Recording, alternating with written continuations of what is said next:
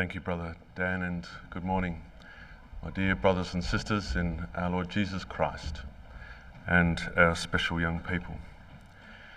As we consider John at his Lord's side, we are very mindful of three events that Jesus specifically shared with John.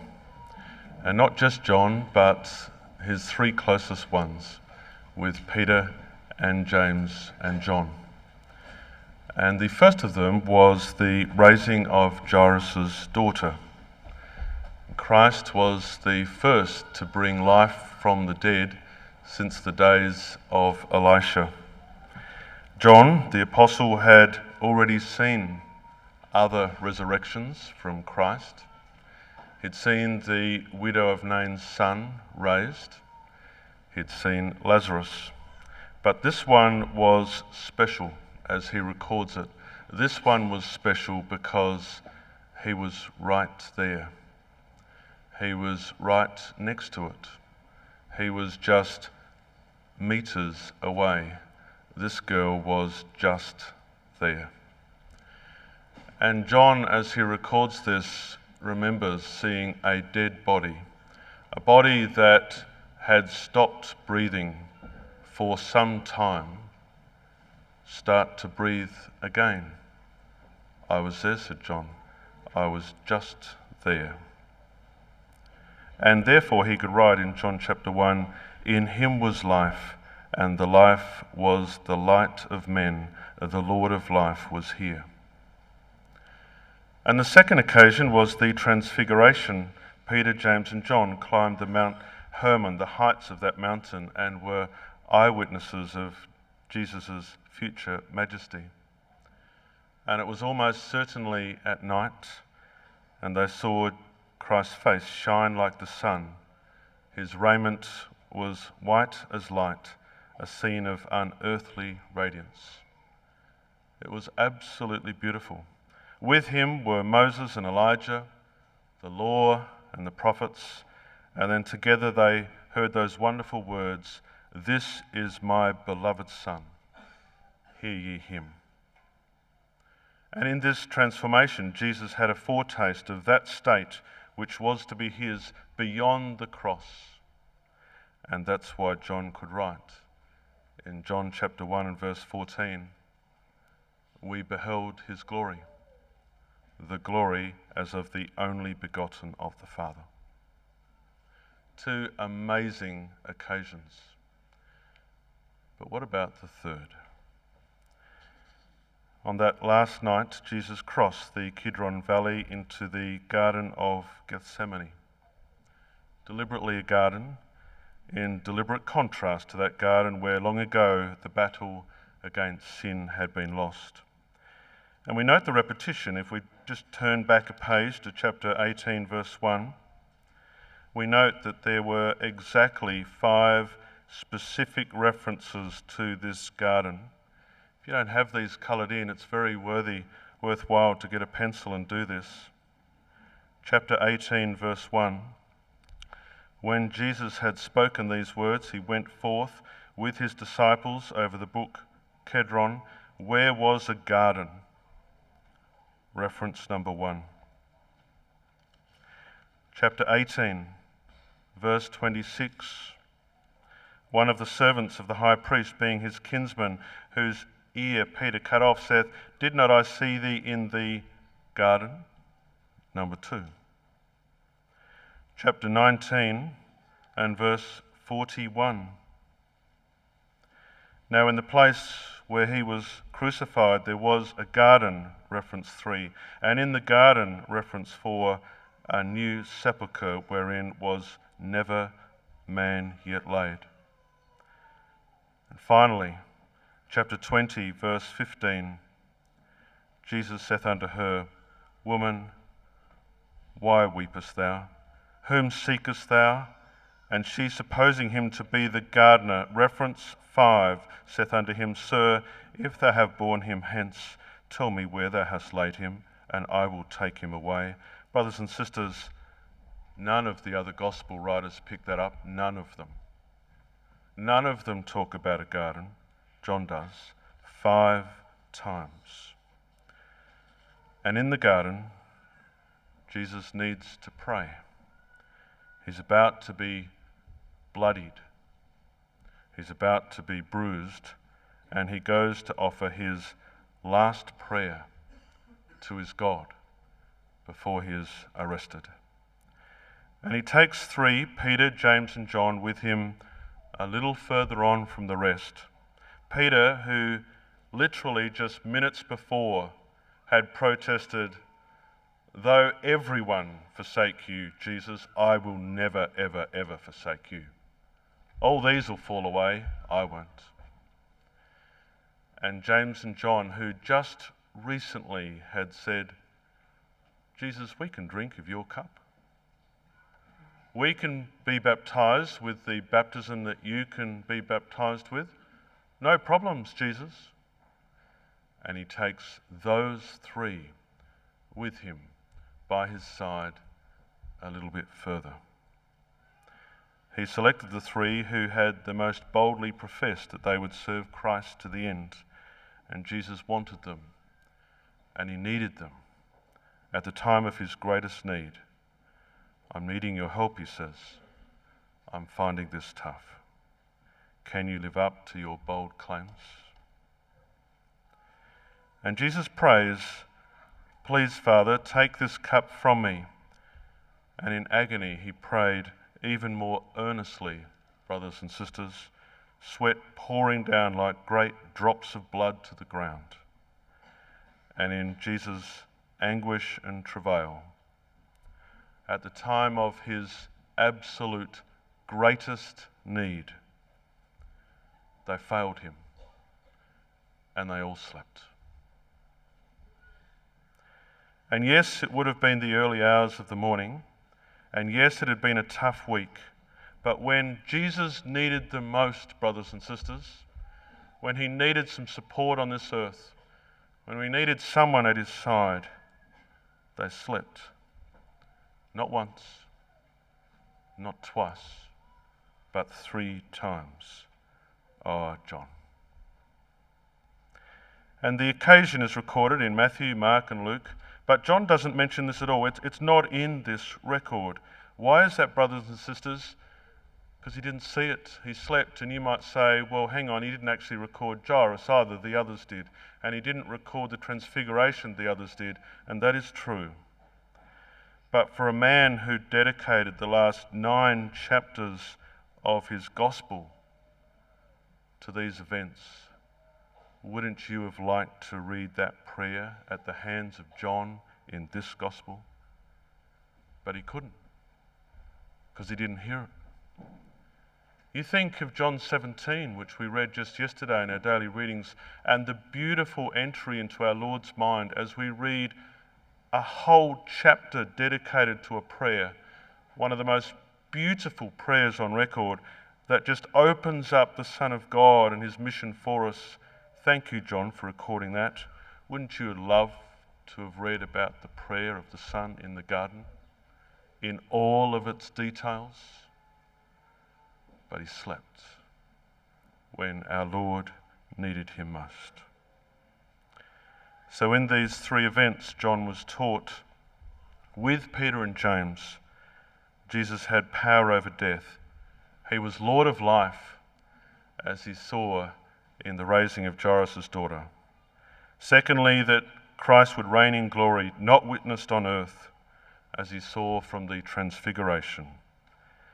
But tragically, they would not comprehend the cross that came first, the anguish, the immediacy, and they slept. But the Jews weren't sleeping. Judas and the soldiers arrive, and if we leave something in John, let's come back to Mark and chapter 14.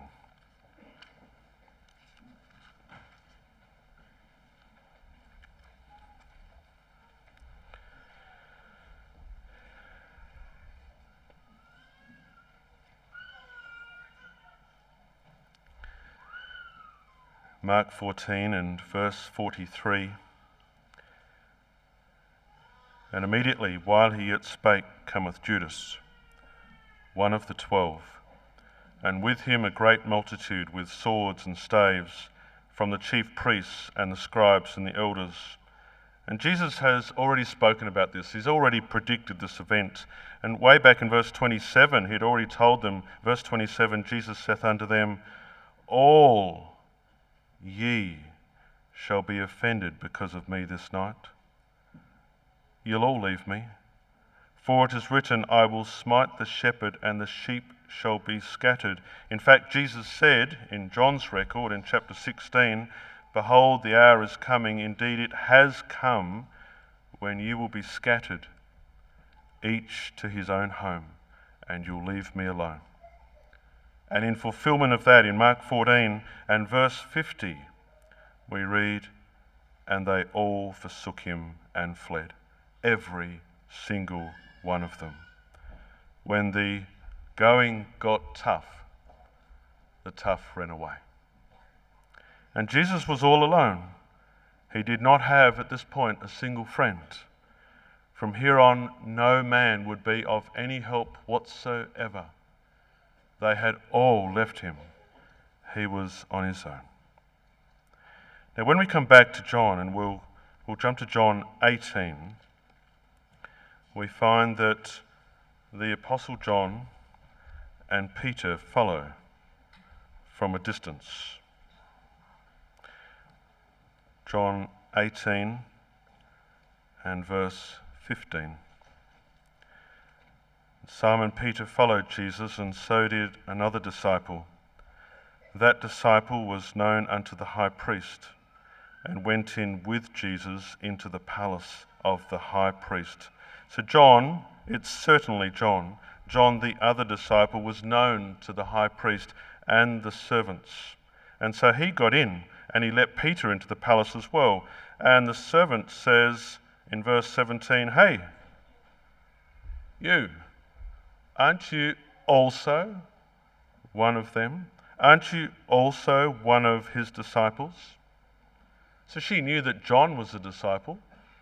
John had always witnessed. He had always been open. He had always been happy to proclaim, I am of Christ. And he still was. Even in the house of the high priest, even on Christ's arrest. Yeah, I'm a disciple. But what did Peter do? No, I don't know the man. Who are you talking about? Jesus? Who's that? I've never heard of him before. And in the pressure of the situation, Peter rejects his master. Not so John. Have you noticed John's resolve? Have you ever contemplated what this man did right to the end? He was there in the palace, right at the end.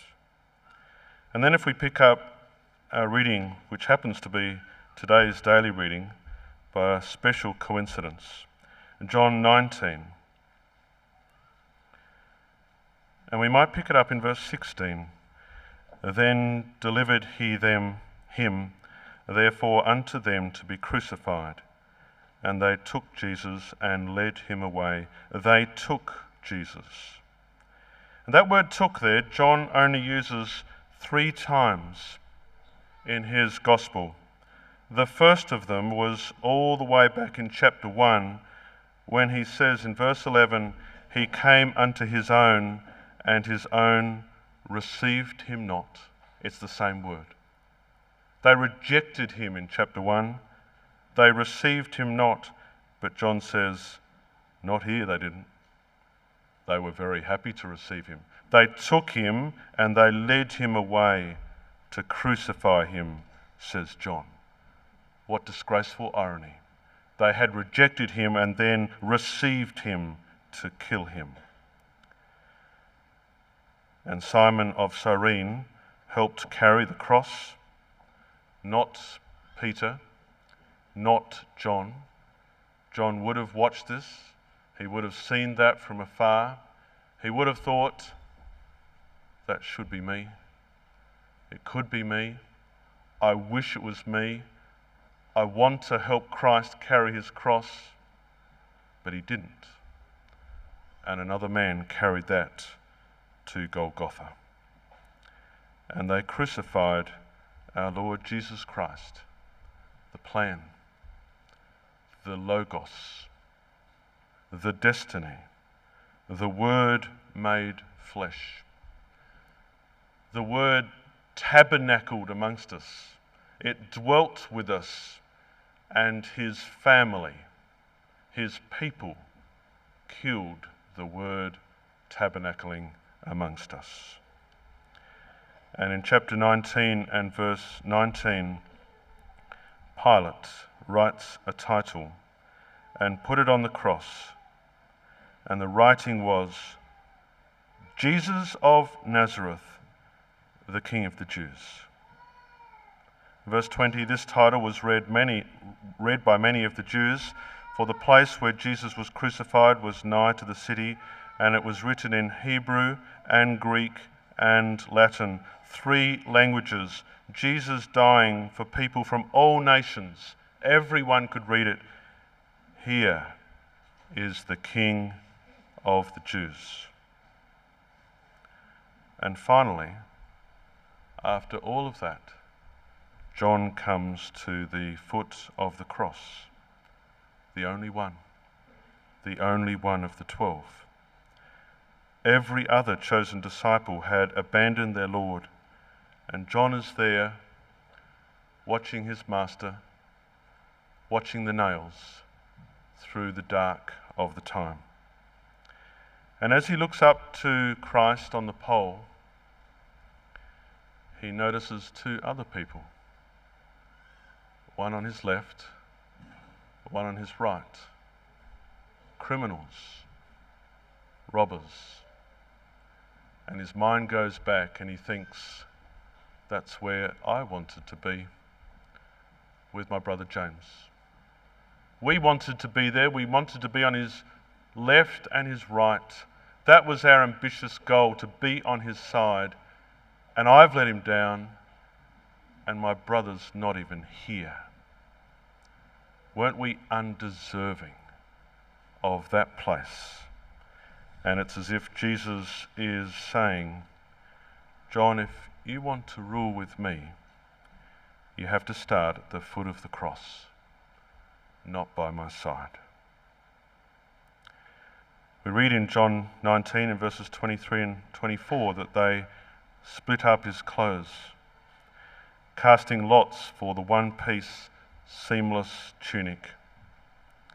Brothers and sisters, since the time that Mary had first wrapped her newborn in swaddling clothes, don't you think she would have dressed him ever since? Every year maybe there would have been a new cloak, some new garments. The Son of Man would never wanted a new coat from his mother. Had she made this one-piece tunic for him? Did she watch them part Jesus' clothes that she had provided him over the years? Did she watch as the 4 soldiers triumphantly take the seamless tunic and by lots cast and work out who would take it home? And one of them triumphantly takes it and runs away. The cloak that she had lovingly made for her son. Imagine Jesus watching his clothes being taken by others. There's nothing more final than that, is there? I won't be needing them again. And as the garments had been given to him from swaddling clothes through to his final maturity, so garments were given back. Jesus hadn't been born with anything. He hadn't owned anything. He didn't die with anything. Naked came I out of my mother's womb, and naked he returned. Now in John 19 and verse 25, we find John with 4 women. Verse 25, there stood by the cross of Jesus his mother and his mother's sister, Mary the wife of Cleopas, and fourthly Mary Magdalene. And brothers and sisters, the astute John mentions Jesus' mother 5 times, And if you've got another colouring pencil, it's worthwhile colouring them in too, because a pattern is emerging. Verse 25, there stood by the cross of Jesus his mother, first reference, and his mother's sister, second reference. Mary, the wife of Cleopas, and Mary Magdalene. And when Jesus therefore saw his mother, third reference, and the disciple standing by whom he loved, he saith unto his mother, fourth reference, Woman, behold thy son. Then he saith to the disciple, Behold thy mother. 5 references, surely deliberate. And brothers and sisters, I just feel that John's mind did this deliberately as an echo for the start of the Gospels. The other 3 Gospels had already been written. John had read them. John was conversant with them. He knew what they wanted to achieve. And he's creating an echo here, right at the end of the 4 Gospels with the start.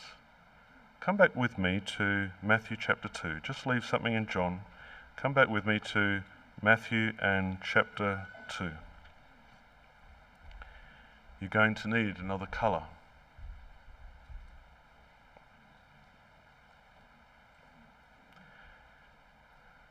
Matthew 2 and verse 11. When they were come into the house, they saw the young child with Mary his mother. They saw the boy Jesus with Mary. If you're colouring, colour that in. The young child with Mary his mother. Verse 13. And when they departed, behold, the angel of the Lord appeared to Joseph in a dream, saying, Arise and take the young child and his mother. Second reference. Verse 14, so he arose and he took the young child and his mother. Third reference. Verse 20, saying, Arise and take the young child and his mother. Fourth reference. And verse 21, and so he arose and took the young child and his mother. 5 references. And John is creating a picture here. He's tying together the start of the Gospels with the end. And so we see this composite picture of 5 references to the woman in Matthew 2 and John 19. 5 references to the son, the seed of the woman. 5 references to the garden. John is recreating an Old Testament picture. He's deliberately recreating the picture of Genesis 3 with the number of grace. Genesis 3 is being fulfilled, and the serpent was about to bruise the head, the seed rather, of the woman's heel. But before the serpent would have its short-lived victory, a carer for Jesus' mother needed to be found. If we come back to John 19,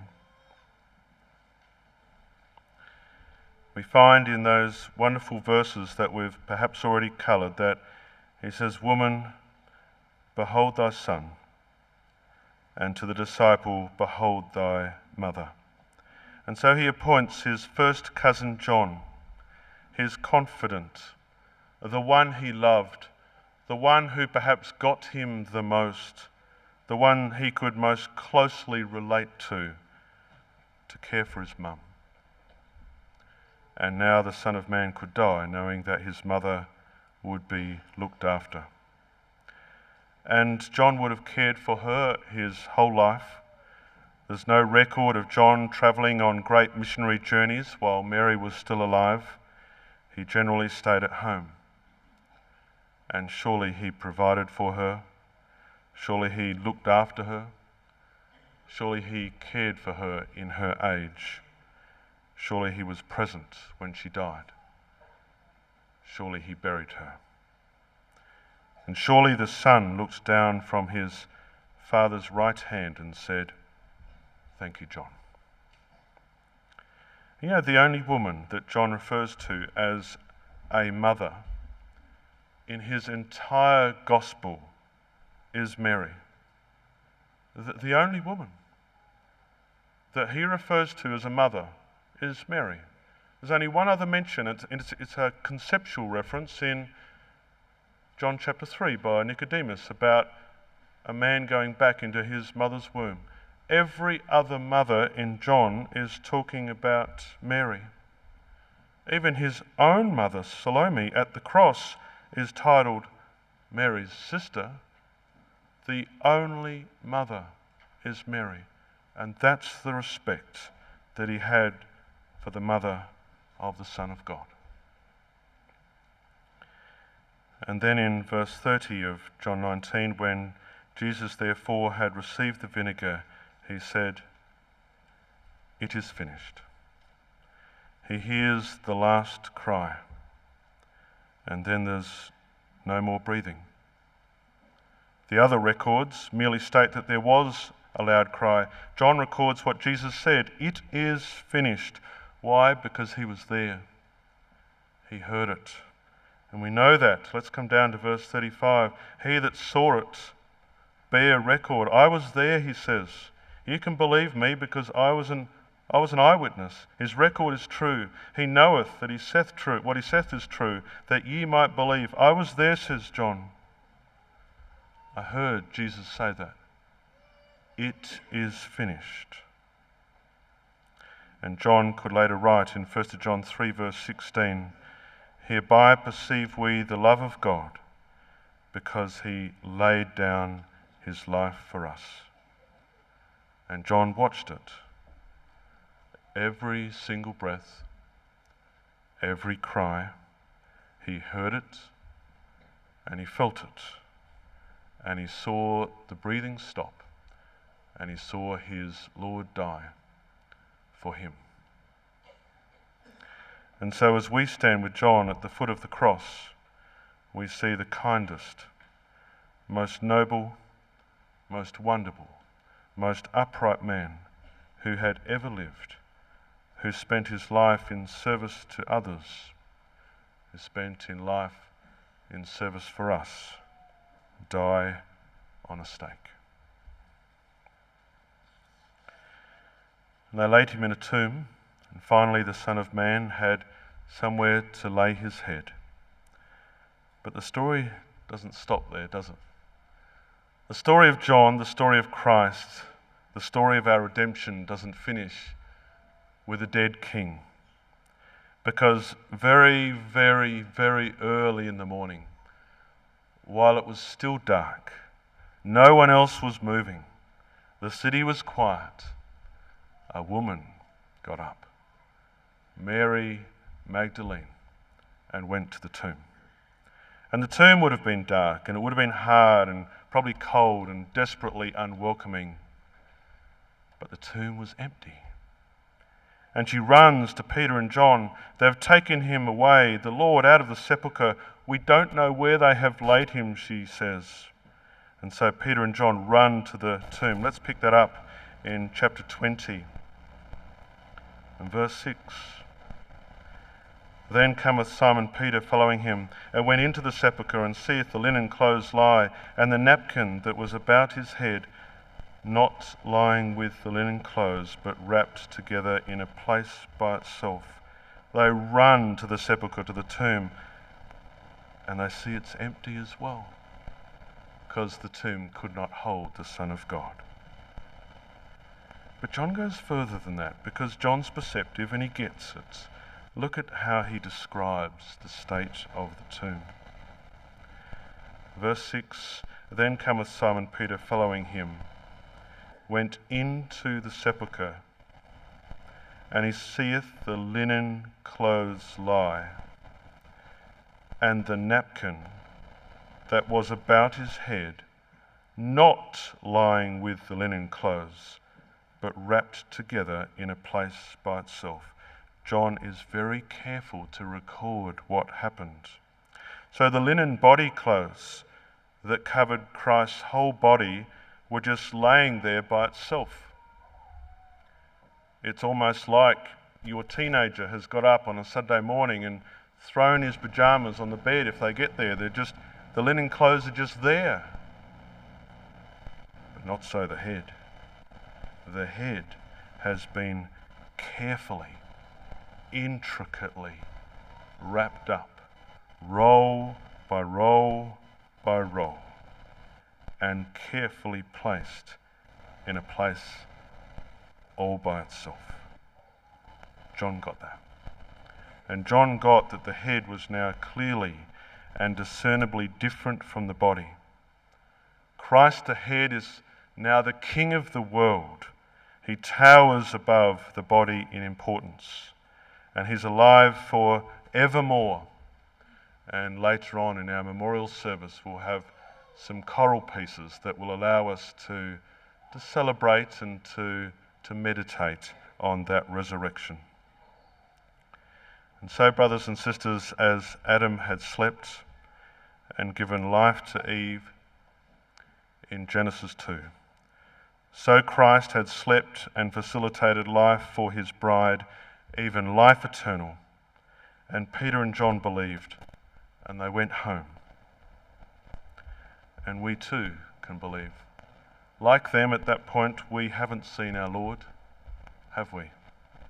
But we believe. We know. We know he is alive. And this morning we have, as a token of his life, of his presence, the bread of his body and the wine of his life-giving blood. Our absent Lord is with us even now. He was dead, but he is alive again. Thank you.